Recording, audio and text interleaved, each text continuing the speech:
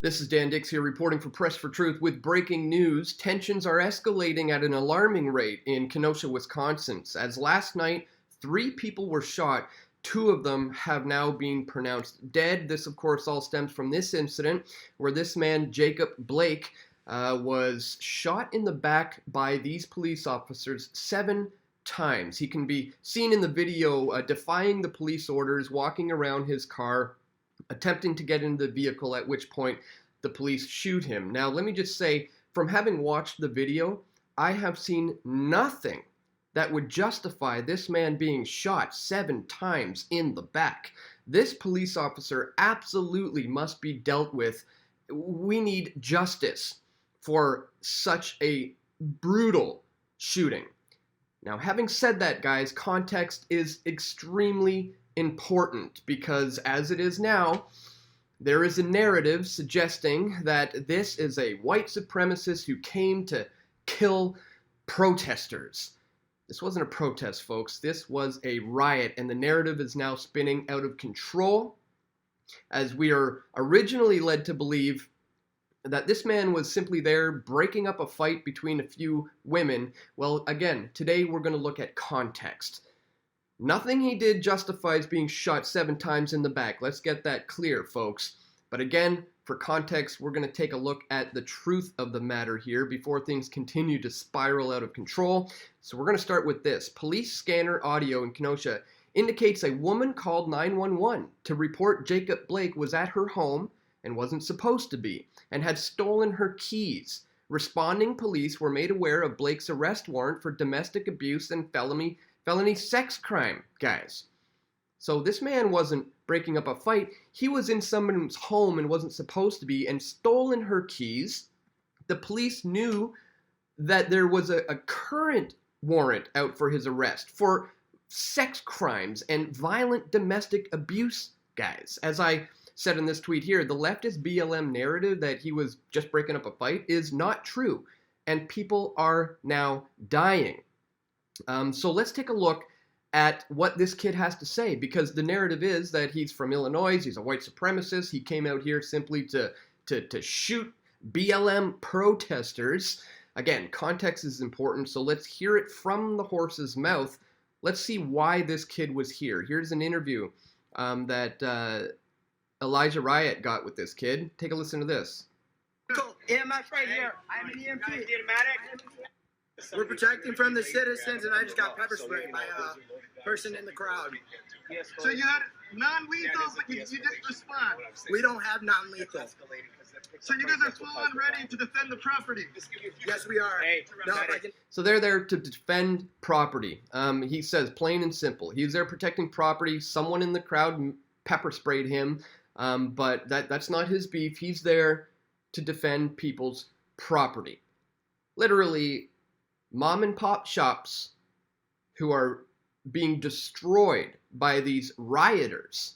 That's who he was there to protect. And here is, again, from the horse's mouth, the same similar group explaining exactly why they're there, and these guys nail it to a T and explain it well.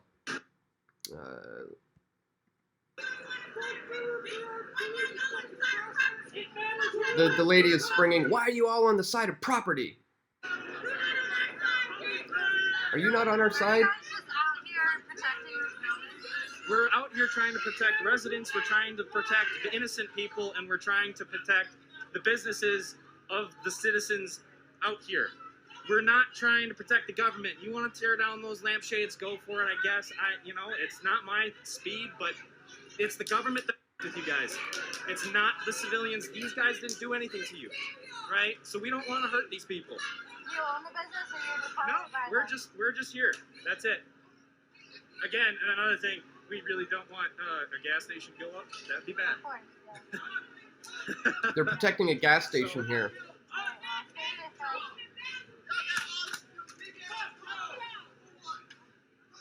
I'm on your side as long as you're against the cops, but you can't burn down your local businesses. Right? No. But the owner of this business is probably out here with them. They're destroying their own neighborhood. killed your neighbors. Fuck it, don't care. Yeah, civilians. I'm just a guy. I'm just a guy. I'm just trying. We're not affiliated with any like militia or anything. We're just. So again, just to clarify here, these guys are saying, look, we're just here to protect the mom and pop shops. We're on your side. If you're against the police, great. We are too. You know, if you're against the government, great. If you want to go smash those buildings, like the one guy said, it's not really my speed, but if that's what floats your boat, knock yourself out. We're not here. We don't have a problem with that. We don't like the police. We don't like the government as well. But you guys are destroying mom and pop shops, small businesses. As that guy said, he's like, the owner of this building right here is probably in amongst the crowd with you, in support of you guys, and you guys are smashing your own. So that's what these guys were doing there. So let's get that straight. Here we see Kenosha BLM rioters are throwing rocks at people who are protecting their property. They don't care that these people are armed. So here we see, yeah, they're just destroying the place with rocks and not caring that they're armed. So again, we're going to look at the events that transpired with a bit of scrutiny and a little bit of context here, because as I said, this is going to continue to escalate unless we clear up the muddied waters, all right? So let's start with this. This is the initial shooting. And it's clear from this video and many others. Here he is seen running. He's being attacked. You can see somebody chasing him there. They throw something at him here. And this is when he shot that one person in the head. And there are other videos of him getting on the phone immediately after it. He was being attacked. He was running away in self-defense. And someone was attacking him, so he fired. He then called 911. It can be heard in other videos, him saying, I just shot somebody. And then this is what followed next. Here he can be seen running down the street. Here you can see people attacking him. This guy takes a swing at him right there. Boom. A whole bunch of people are chasing after him. They want his blood. He trips up here on the ground. You hear that? Get him, get him. You can hear them say, get him, as soon as he trips.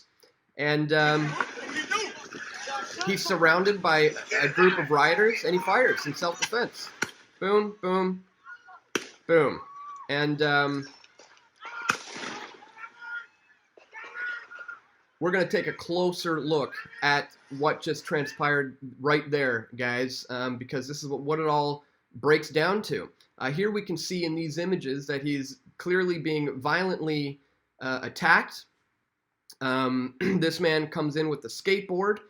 The other man who got shot in the arm, these guys are clearly on the attack here. This is the man here, seen on the left, who was shot in the arm. What he's holding up in his hand right here, ladies and gentlemen, is a gun. As we can see in his hand right here, and we have a much clearer picture right here, in his hand right there, is a gun, ladies and gentlemen. So they were coming at him with a gun and a skateboard. He had already been attacked and had to defend himself, and now he's being attacked even more so, and he had to defend himself, so he fired back. Here we can see that there's still other black block-clad Antifa-looking guys right here with a club in his hands, who very much looks like a threat. And we can see the shooter here is assessing the situation. He sees that this guy doesn't seem to be posing to be a threat. He's already neutralized the other threats, and so he leaves the situation.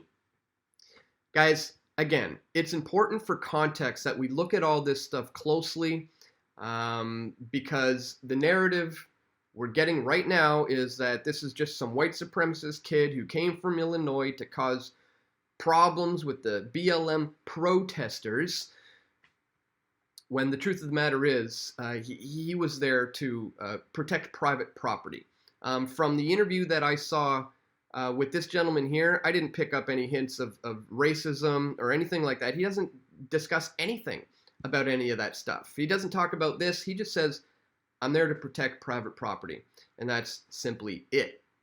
And again, this is what it all stems from, because the BLM crowd would have you believe that this man is fully innocent. You know, he was there to break up a fight. Again, as we've shown in this video, that is simply not true. He had a current warrant. He had a history of violence. That's what was on the minds of these police officers. He was defying their orders, and things went bad. I am not justifying 7 gunshots to the back here. As I said in the beginning, these officers need to be dealt with, but at the same time, guys, we really have to take things into context for what they are before this situation continues to just spiral out of control. So I just wanted to bring that to your attention today, ladies and gentlemen. If you appreciate my efforts to bring you this information, I would ask that you check us out at pressfortruth.ca/donate. Here you can contribute a one-time donation with PayPal. You can do Bitcoin. You can become a patron. Or you can use this. It's the Patreon alternative, and sign up for a monthly reoccurring amount. Guys, as you know, I've been demonetized. I've been delisted. I've been deplatformed.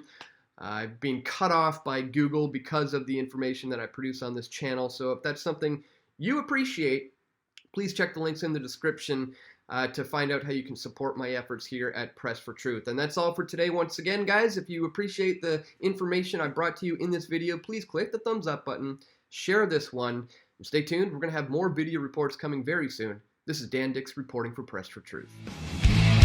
We all want truth.